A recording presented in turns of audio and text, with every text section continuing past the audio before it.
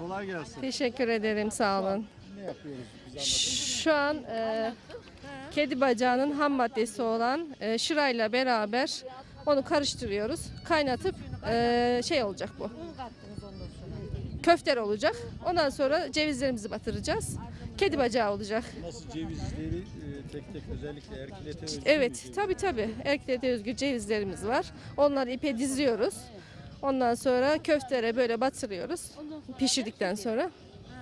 Üzüm akşamdan eziyoruz. Özel bir toprağımız var. Onunla tatlandırıyoruz. Sabaha kadar bekliyor. Ondan sonra tekrardan sabahleyin süzüyoruz onu. Süzdükten sonra biraz tatlandırmak için kaynatıyoruz. Sonra indiriyoruz ocaktan, soğutuyoruz. Un, yumurta karışım hazırlıyoruz o tatlandırıp soğuttuğumuz şireden. Sonra da tekrardan leğene koyup kaynatıyoruz. Böyle hazırlıyoruz. Kolay gelsin. Sağ olun, teşekkür Sizi ederim. tanıyalım. İsmim Serpil Yay, Erkiletliyim. Burada Erkiletimizin kedi bacağını yapıyoruz, tanıtımını yapıyoruz. Nedir? Kedi bacağındaki özellik nedir? Diğer illerde de aynı buna benzer ürünler yapılıyor ama bunun Evet. özelliği ne acaba? Bizim kedi bacağımız katkısız doğal olarak yapılıyor. İçine hiçbir katkı maddesi katılmıyor. Ne nişasta bir şey katılmıyor. Sadece un, yumurtayla yapıyoruz. Tatlandırdığımız şireyle yapıyoruz. Şireyi nasıl hazırlıyorsunuz? Şirede ne var? Şireyi bağ bozumu yapıldıktan sonra üzümü güzelce eziyoruz. Bunun özel bir toprağı var. Onunla beraber kazanda ısıtıyoruz. Hamını kestiriyoruz. Onu sabaha kadar dinlendiriyoruz. O şıra üste çıkıyor. Onu süzüyoruz güzelce. Toprak altta kalıyor. Toprağını almıyoruz tabii ki. Sonra da leğenimize koyuyoruz. O şırayı kaynatıyoruz. Evet. Tatlandırıyoruz. Onu tatlandırdıktan sonra ocaktan alıyoruz. Yani bunun kıvamını da bilmek lazım değil mi? Tabii ki. Un, yumurta ile birlikte şıramızı karıştırıyoruz. Melezimizi karıyoruz. Leğene koyduğumuz şıramızla birlikte o melezi de katıp burada gördüğünüz gibi köfterimizi yapıyoruz. Sonra cevizlerimizi de dörde bölüyoruz ipe dizilmiş halde.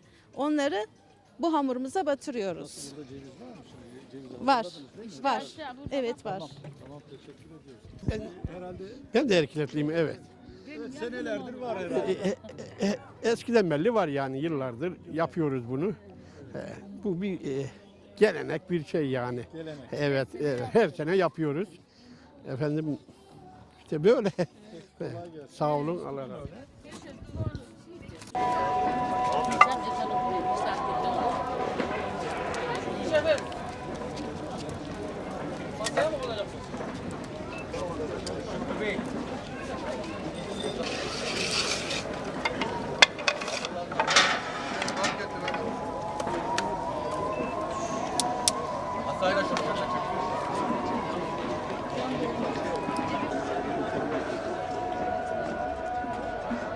Çok koydum. Yok kapandı mı?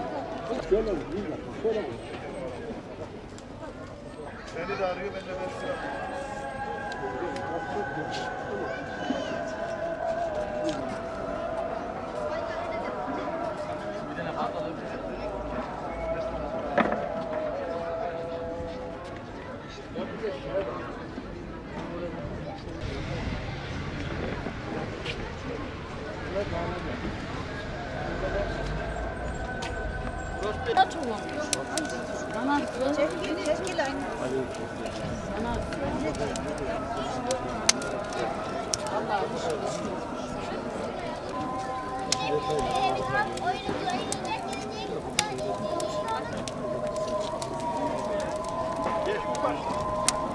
Yok geçmedi öyle de.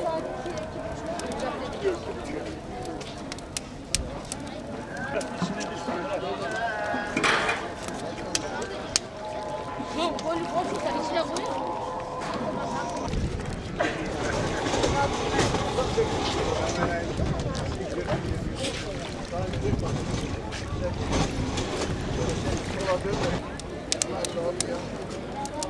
Şu an ne yapıyoruz?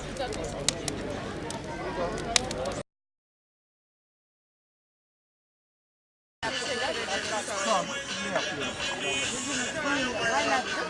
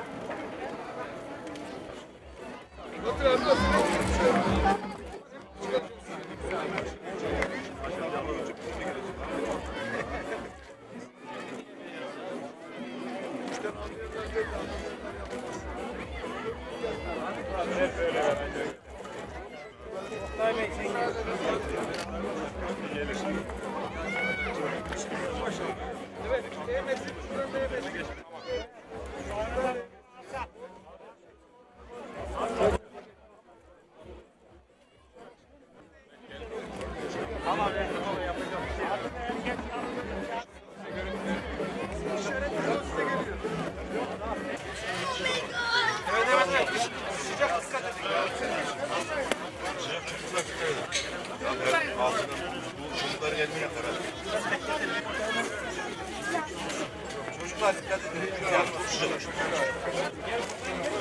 Gel başım.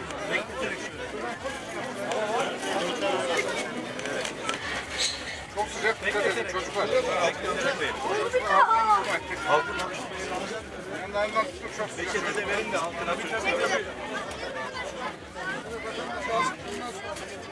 dikkat et gelin gel. Alttan tutun.